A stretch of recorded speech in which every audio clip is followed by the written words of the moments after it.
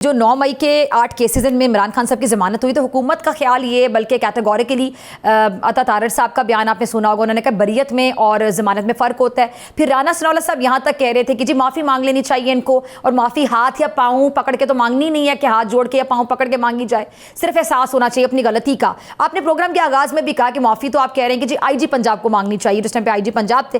तो मुझे ये ज़रा समझाइएगा कि माफ़ी किस किस्म की मांगनी चाहिए, जो राना सनाउल्लाह साहब एक सीनियर सियासतदान है वो क्या कहना चाह रहे थे, और अब आगे आपको लगता है कि ये मामला अब ये बरियत की तरफ जाता हुआ दिखाई देता है, जो कि PTI में भी बहुत बड़ी तादाद वकला की है। अगर उन्होंने मिठाइयाँ बांटी हैं, तकसीम की हैं, खाई हैं, तो उनको आगे को रास्ता नज़र आ रहा है। देखिए डॉक्टर साहब, अब बात यह है कि माफ़ी अगर मांगनी है तो मैं समझता हूँ बिल्कुल कि जो ओहदेदार हैं उनको इस मामले में, अब अलीमा खान से कौन माफ़ी मांगेगा? वही मांगेंगे जिन्होंने उसके साथ ये जुल्म किया है। वो इतने घबरा गए हैं अलीमा खान से कि उसके दोनों बेटे उठा लिए उन्होंने, और एक वो चित्राल के कहाँ फिर रहा था उस दिन, उसको भी शेरशाह को भी पकड़ लिया, ले गए। तो ये जो लोग हैं ना, इनसे पूछा जाए कि आपने क्यों गिरफ्तार किया है। वो बिल्कुल कोई तस्वीर फिल्म वहाँ मौके पे नहीं था शेरशाह। उसको गिरफ्तार किया कि आप अलीमा खान पे दबाव डालना चाहते हैं, उसको ज़रा मतलब है खामोश करना चाहते हैं, पर वो भी खामोश नहीं होगी। और इमरान खान भी इन हथकंडों से बंदा अंदर और ज़्यादा पक्का हो जाता है। ये इनको समझ नहीं आती, जो ये लोग हैं सॉफ्ट जेलें काटी हुई, और सख्त जेल का तो इनको अंदाज़ा नहीं है। तो वो डर के, अब इसमें माफ़ी मैं कहता हूँ उसने मांगनी चाहिए, उसने जिसने आग लगाई, आग लगाई किसी भी तंसीब को। ठीक है, अच्छा आग किसने लगाई? जी जी जी। अब FIR में तो किसी FIR में ये जिक्र नहीं है कि उनके पास कनस्तर थे या कैंस थे पेट्रोल के या पेट्रोल के या डीजल के, जिससे वो आग लगाते। कोई तस्वीर फिल्म, वो जो कैमरे लगे होते हैं दीवारों पे, क्लोज सर्किट कैमरा, किसी CCTV में कि कोई फुटिंग नहीं आई कि स्प्लैश कर रहा है कोई पेट्रोल या डीजल और other inflammatory material on to the either the core commanders house, और जहाँ जहाँ आग लगी है वो FIR में जिक्र भी नहीं है। FIR में किसी असले का जिक्र भी नहीं है। ठीक है, FIR में कि होता कि ये 500 बंदे बंदूकों से, ठीक है, पिस्तौलों से लैस इन्होंने चढ़ाई कर दी, कोई जिक्र ही नहीं है, कोई ऐसी बात ही नहीं है। ठीक है, अच्छा सर ये बताइएगा एतजाज़ साहब, ये जो अभी पीपल्स पार्टी के मामलात हैं नून लीग के साथ, हुकूमत के साथ, उनको आप कैसे देखते हैं? और नदीम अज़हर चंद साहब कुछ बयानात दे रहे थे, उनके मुताबिक अभी जो मामलात हैं वो PTI के लिए बहुत अच्छे नहीं हैं। किस तरह आपको लगता है कि पीपल्स पार्टी के लिए अच्छे मामलात नहीं हैं? सदर का ओहदा पीपल्स पार्टी के पास है, जरदारी साहब के पास, बिलावल साहब अभी जो सिफारती सतह पे हमने कामयाबी समेटी इंडिया के मामले में, उसमें बिलावल साहब को बड़ा सेहरा जाता है, पीपल्स पार्टी के सीनियर लोग भी उनके साथ मौजूद थे। तो पीपल्स पार्टी के 2 गवर्नर्स भी हैं, KPK में गवर्नर साहब बड़े पूरे उतरते हैं उनके साथ, जब भी मुकाबला होता है, अल्फाजी जंग हो या जो भी हो, ईंट का जवाब पत्थर से देते हैं अलीमिन गंडापुर साहब को। पंजाब में बहरहाल थोड़े से मामलात लगते हैं कि जी वहाँ पे गवर्नर साहब शायद बड़े ग्रेसफुल हैं कि वो ज़्यादा खुलकर जवाब नहीं दे पा रहे होते। तो आपको क्या लगता है कि नदीम अफ़ज़ल चंद साहब क्या कहना चाह रहे हैं? इसमें मसला ये है, मामला ये है कि इस वक्त जो एक बहुत बड़ी सिचुएशन है वो ये है कि ये गवर्नमेंट ही कोई नहीं है। पाकिस्तान में गवर्नमेंट कोई नहीं है। गवर्नमेंट वज़ीर आज़म है शहबाज शरीफ, ये तो अक्सर अपनी महफिलों में ये कह रहे होते हैं कि हमारे पास इख्तियार ही मेरे पास कोई नहीं। अच्छा, बेबसी का इजहार करते हैं तो छोड़ दें। सो एक एनार्की और एक केओस सा है इस मुल्क में, एटलीस्ट पॉलिटिकली।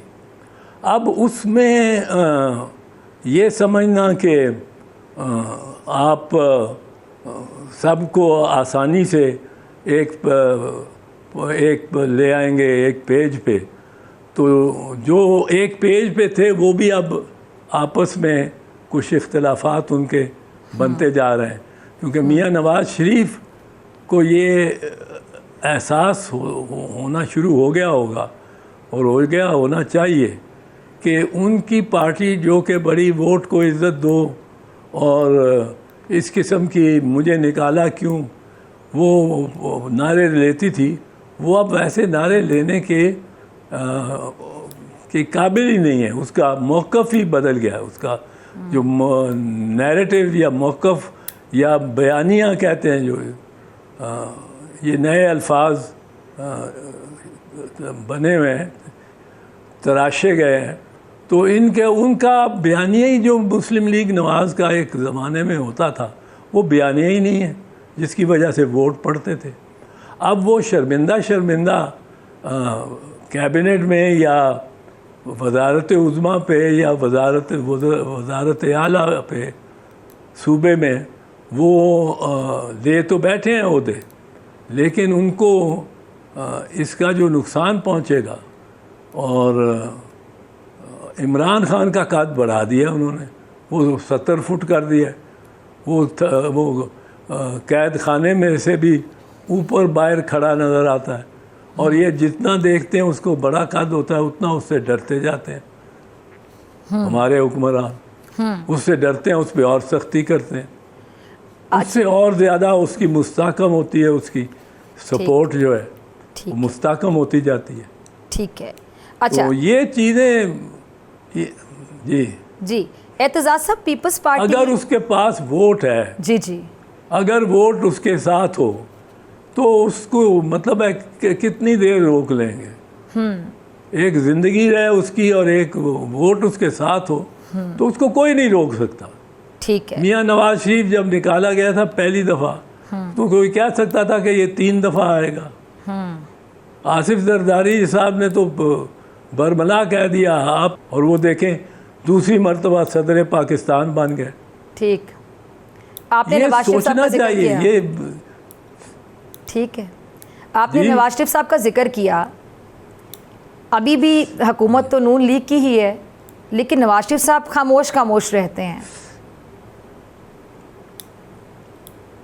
नवाज शरीफ के जो मजाज के मुताबिक शहबाज शरीफ नहीं चल रहा, मुझे लगता है।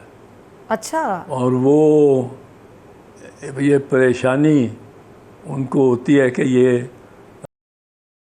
वाले इस तरह डोमिनेट करें हमारी हुकूमत में, तो वो इदारे वाले भी खुश हैं और शहबाज साहब भी खुश हैं, पर नवाज़ को थोड़ी सी मुझे ख्याल है कि किरक इसकी होती होगी। क्यों नवाज शरीफ साहब खुश क्यों नहीं होंगे? भाई मैं तो नहीं जानता, आप उनसे जाके पूछें उनके ना खुशी का क्या। चलें एतजाज़ साहब, हंसते हुए नजर नहीं आए किसी तस्वीर। चलें, ठीक है, जब से वो वापस आए हैं, ठीक है, हंसते हुए उनकी तस्वीर सही, आई नहीं। ठीक है, और माइल्स और मील ये जो टेप है, ये जो फिल्म की होती है, उन पे चल चुकी है कैमरा। चलें आगे चलते हैं। सर, पीपल्स पार्टी को पंजाब में ज़वाल क्यों है, क्या वजह है?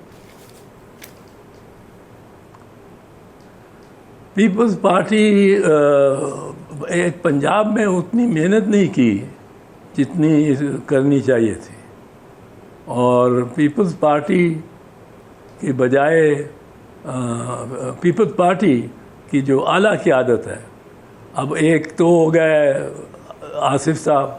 आसिफ की अब प्रॉब्लम ये है कि वो सदर है, वो ज़ाहिर है वो सियासी जलसे या सियासी एक्टिविटीज़ वो नहीं कर सकते, ख़ासकर जमाती सियासी एक्टिविटी, एक आइनी ज़िम्मेदारी है न्यूट्रलिटी की।